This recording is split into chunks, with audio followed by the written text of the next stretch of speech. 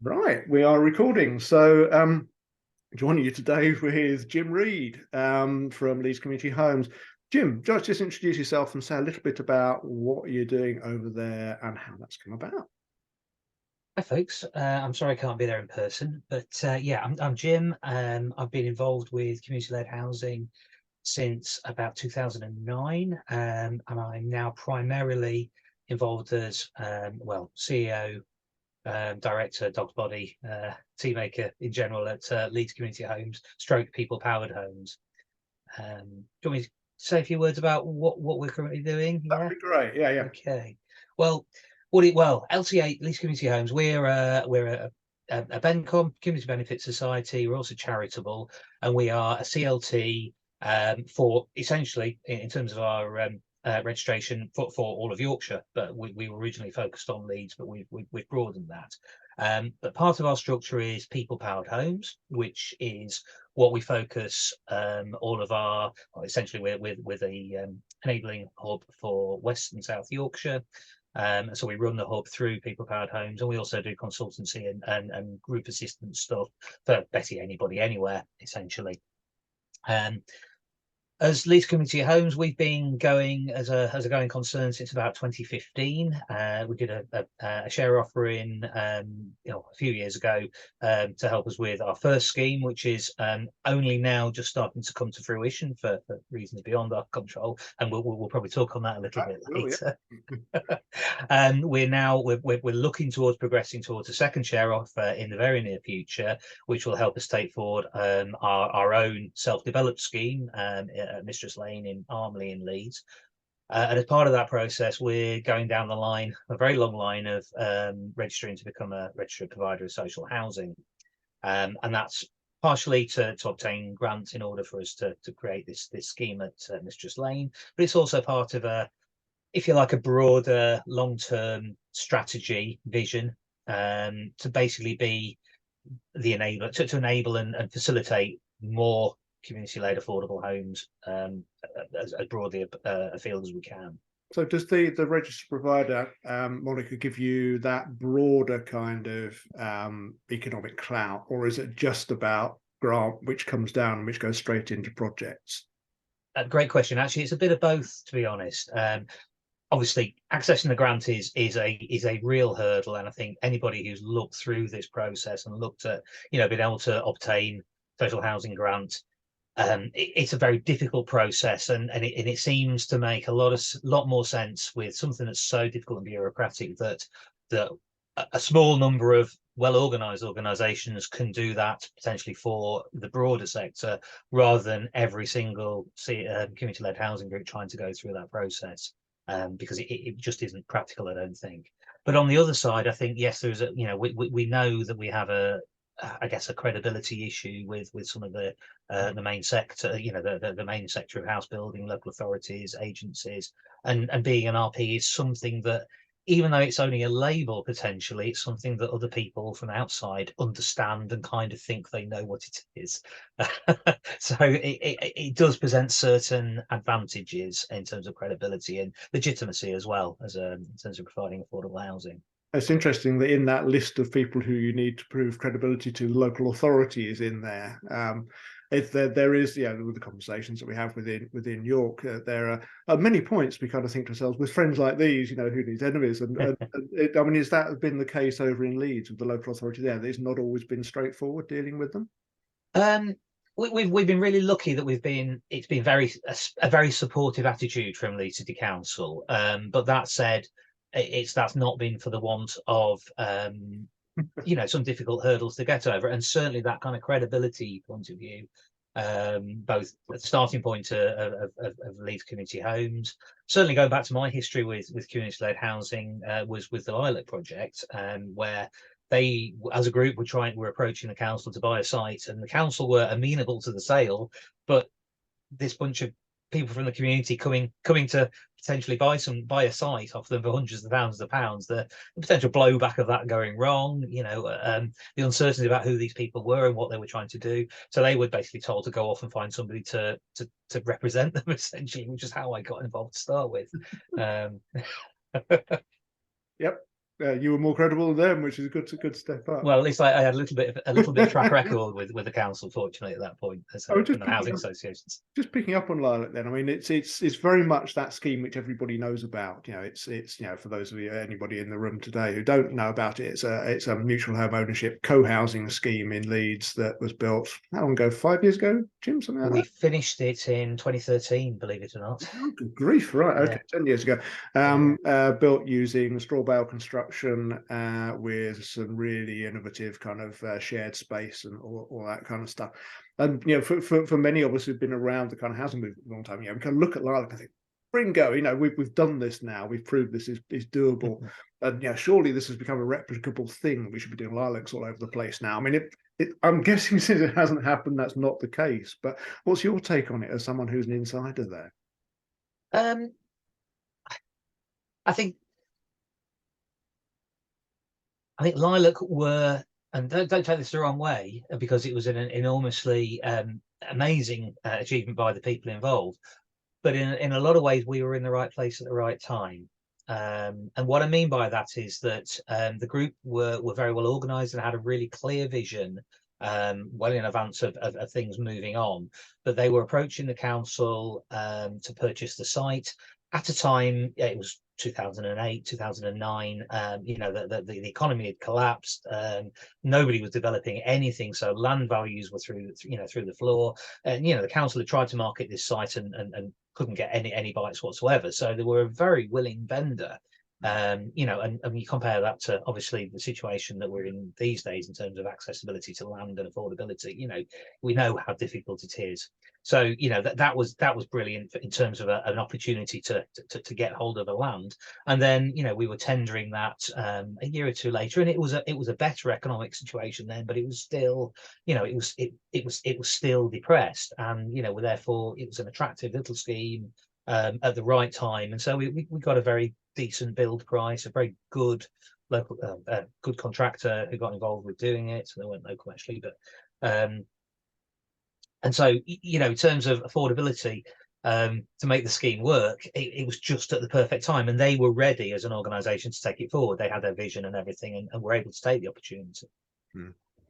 So in terms of what comes out of it and what is still useful for us today, I mean, the Yeah. mutual home ownership model, you'd still see as something that is a useful tool and can be applied elsewhere?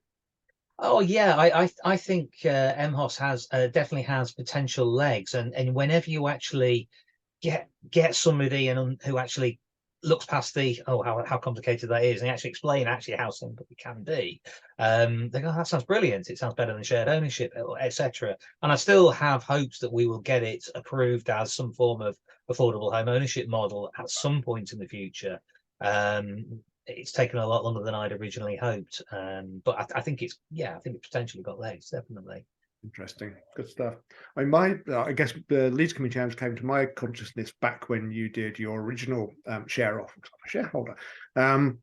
How did that trajectory pan out? Because that was very much around the Climate Innovation District, and that is one of the projects which you're currently kind of just getting on site.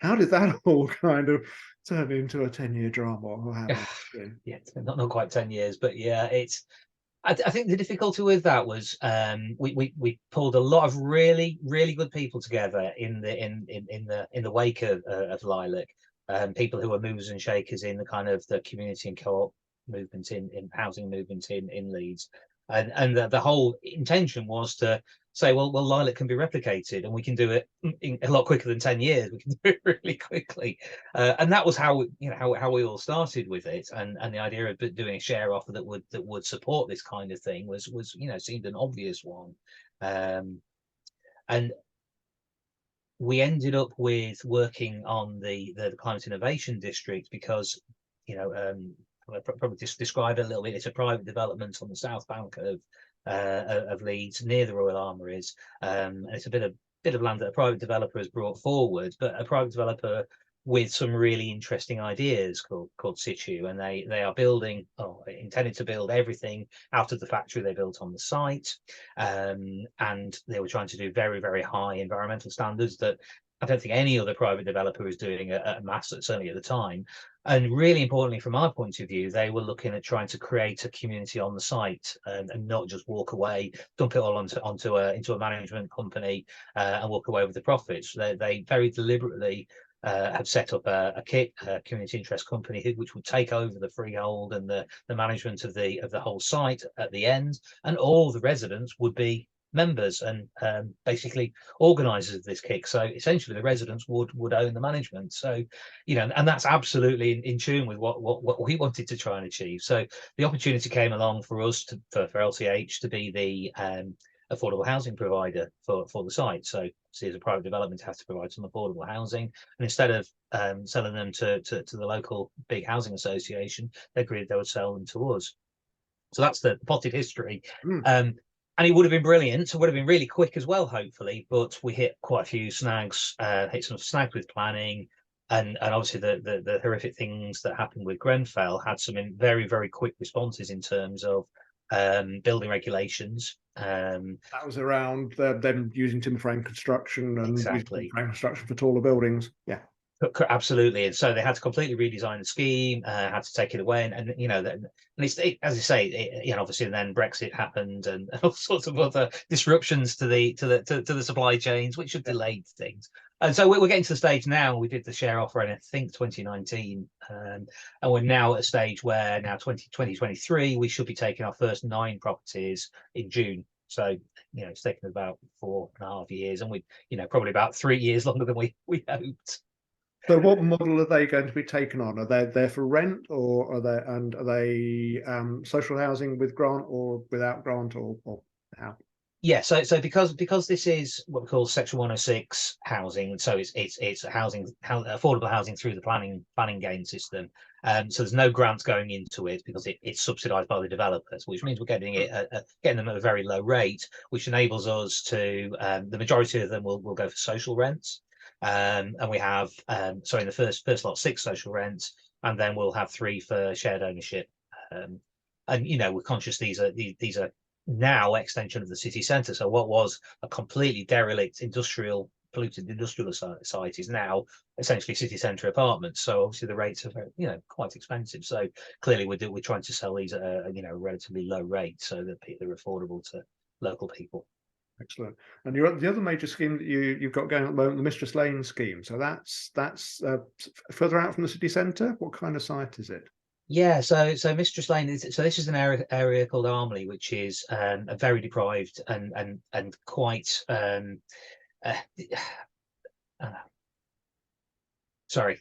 This is an area called Armley, which is quite a deprived area of Leeds and has got a lot of challenges.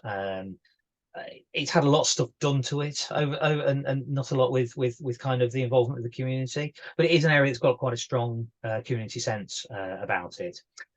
So this is a site that's been empty for probably 20 years and has got a lot of interest, but nobody's managed to take any developments forward, including the council themselves. So we got an offer from the council to say, well, if you think you can make something work on this site, we'll give you a go at it. So we've been looking at it, trying to take things forward for about 3 or 4 years, and we finally got planning for a 34 home scheme in 2021, and again we've been a little bit delayed by sort of various processes, things like all the economic issues.